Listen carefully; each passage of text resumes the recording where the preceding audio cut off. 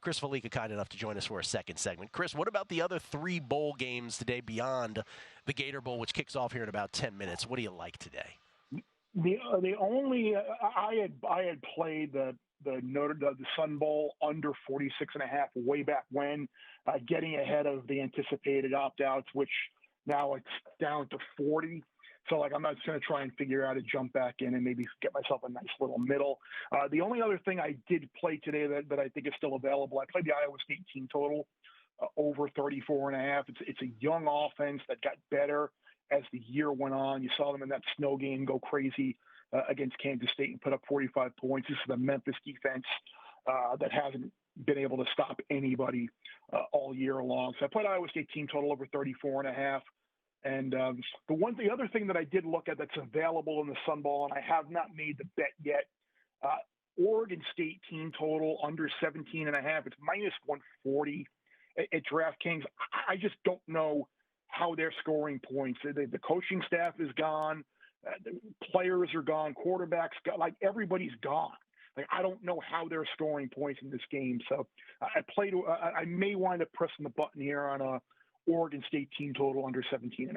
All right, tomorrow there is one NFL game. The NFL giving us 10 games in the early window Sunday, which is just ridiculous. They couldn't have put one more game tomorrow? So there's one NFL game. There's 4 more college bowl games, including Ole Miss and Penn State and Georgia Florida State, which is for the national championship. Oh, wait, no, I'm being told it's not. That game is there as well. What do you like tomorrow in any of those 4 games? Well, now, here's an instance where I played Ole Miss plus 4.5 way back when, anticipating a bunch of opt-outs and announcements from Penn State. I know Chop Robinson's out, but you can actually get 6 right now over at the Superbook with Ole Miss and 5 pretty much everywhere else.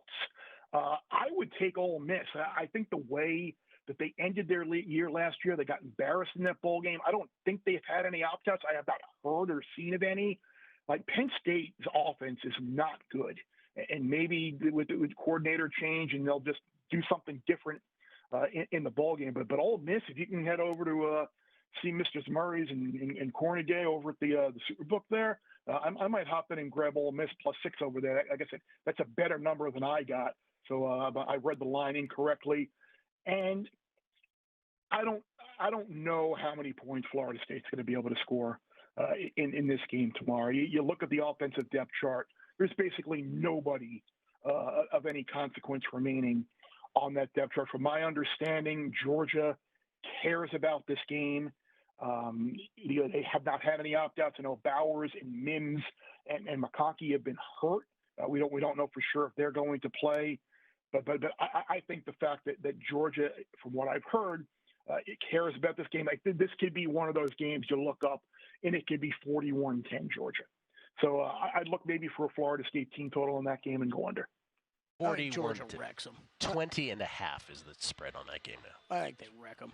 I think Georgia. Yeah. I think Georgia probably does care. I think they're probably a little mad about being left out. They got something to prove, and Florida State's just. I mean, what do you? They had the Keon Coleman thing come across the crawl that he's opting for the NFL draft. I tweet about how did that take so long, Chris? Well, and I thought about what you were saying, which is they made Coleman and Verse play all these games, risking millions of dollars, thinking they could win a national championship. Yes, yeah. It's so brutal. No shot.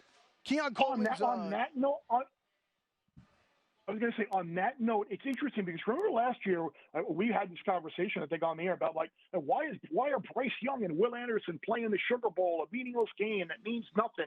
They're not playing for the national title, and they played great, and they blew out Kansas State in that game. Like, we all thought they would opt out, and they didn't. We got stuck on bad numbers.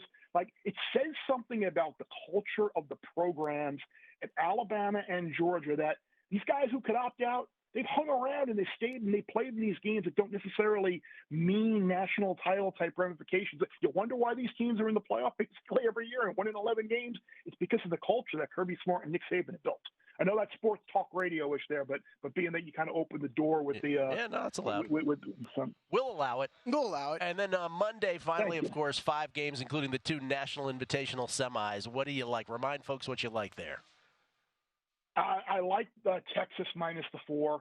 I think you can make a very good argument that Texas is the best team remaining in the playoff. I think they can beat you the most number of ways on the offensive side of the ball.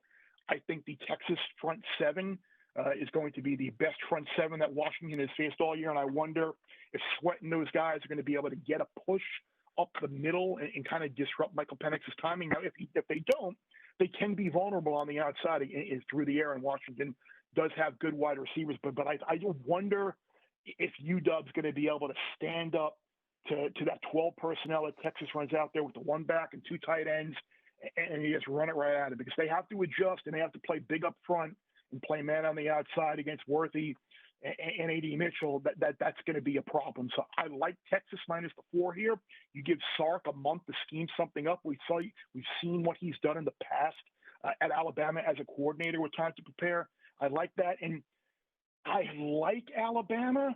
I think I like the under more. I have not made a bet on either of those yet. So I just haven't ultimately decided which way I'm going to go. But Alabama and under would be the way I'm looking at it right now. It worries me a little bit because I thought by this time this line would have flipped and Alabama would be favored. It reminds me a little bit of 2017 where Clemson was number 1, Alabama was number 4. Alabama was favored over Clemson in that Sugar Bowl game, that Kelley Bryant Clemson team, Chris, and they just smothered them. I think it was like 24-3 or something like that. We got to run. I appreciate it. Happy New Year. Hope the shoulder feels better, sir. Thank you, sir. Be well. Happy New Year, everybody. Go to VSiN.com/subscribe to become a VSiN Pro subscriber today.